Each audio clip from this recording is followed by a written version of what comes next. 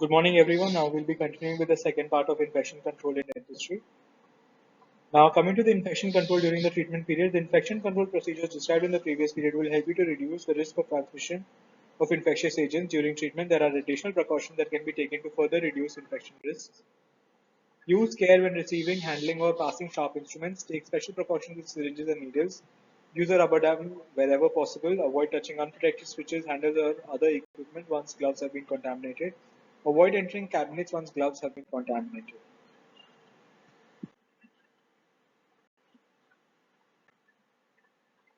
Infection control during the post-treatment period. Continue to wear personal protective equipment during cleanup.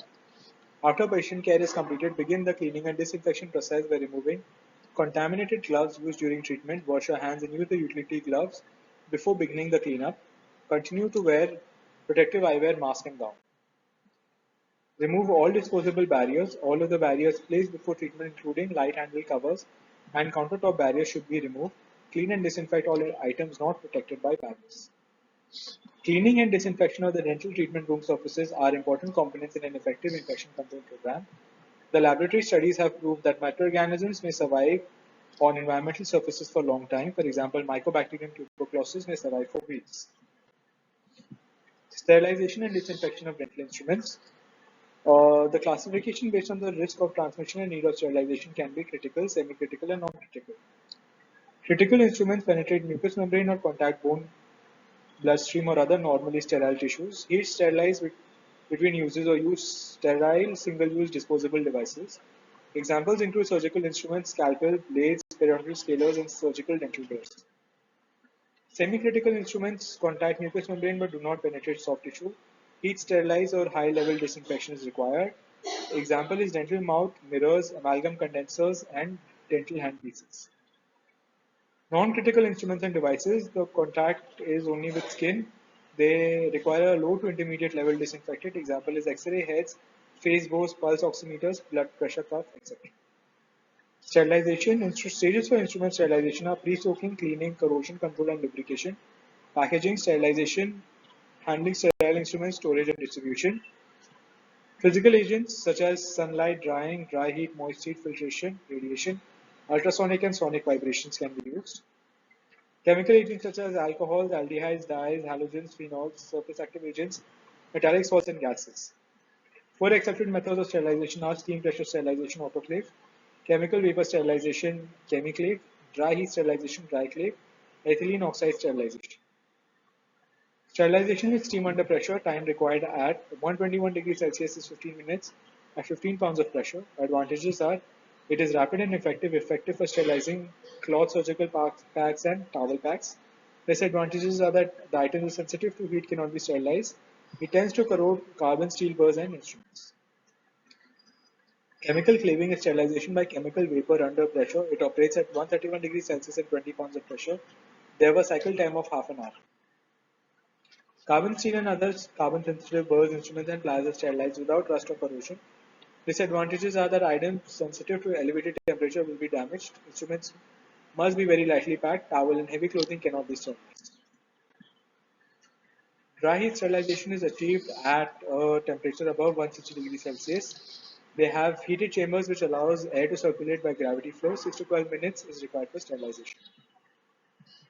Disadvantages is that without careful calibration, more chances of sterilization failures. Most accurate way to calibrate a sterilization cycle is by using an external temperature gauge, that is a pyrometer attached to the thermocouple wire. Now coming to the ethylene oxide sterilization, it operates effectively at low temperatures. Gas is extremely penetrative, can be used for sensitive equipment like handpieces. Sterilization is verifiable. Disadvantages are it is potentially mutagenic and carcinogenic, requires an aeration chamber, cycle time lasts hours, and usually only hospital based. Sterilization monitoring types of indicators are mechanical, that is measures time, temperature, pressure, chemical changes in color when physical parameter is reached.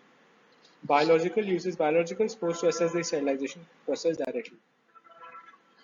Sterilization monitoring has four components: the sterilization indicator, daily color change, weekly biological spore test, and a documentation notebook.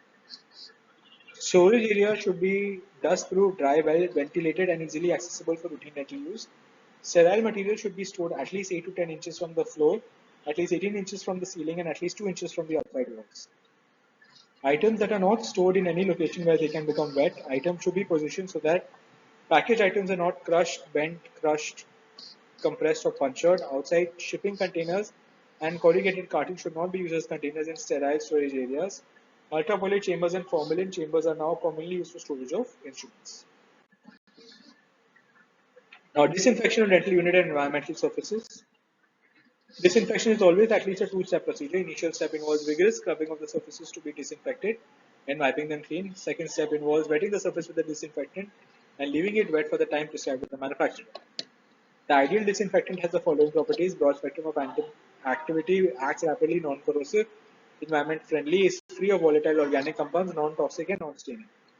High level disinfection, it inactivates vegetative bacteria, mycobacteria, fungi and viruses, but not necessarily high numbers of bacterial spores. Intermediate level disinfection, that inactivates vegetative bacteria, the majority of fungi, mycobacteria and the majority of viruses, but not bacterial spores. Low level disinfectant includes liquid chemical germicide. OSHA requires low level hospital disinfectants also to have a label claim for potency against HIV and HBV. Gigacept, which contains succinylide and dimethoxy tetrahydrofuran, are used for disinfection of plastic and rubber materials, example dental chair.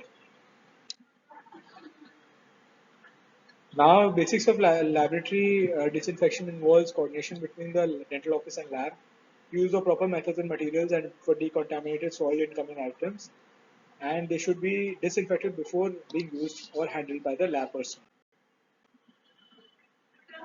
The incoming items should be rinsed under the running tap, disinfect as appropriate, rinse thoroughly with tap water. No single disinfectant is ideal or compatible with all items.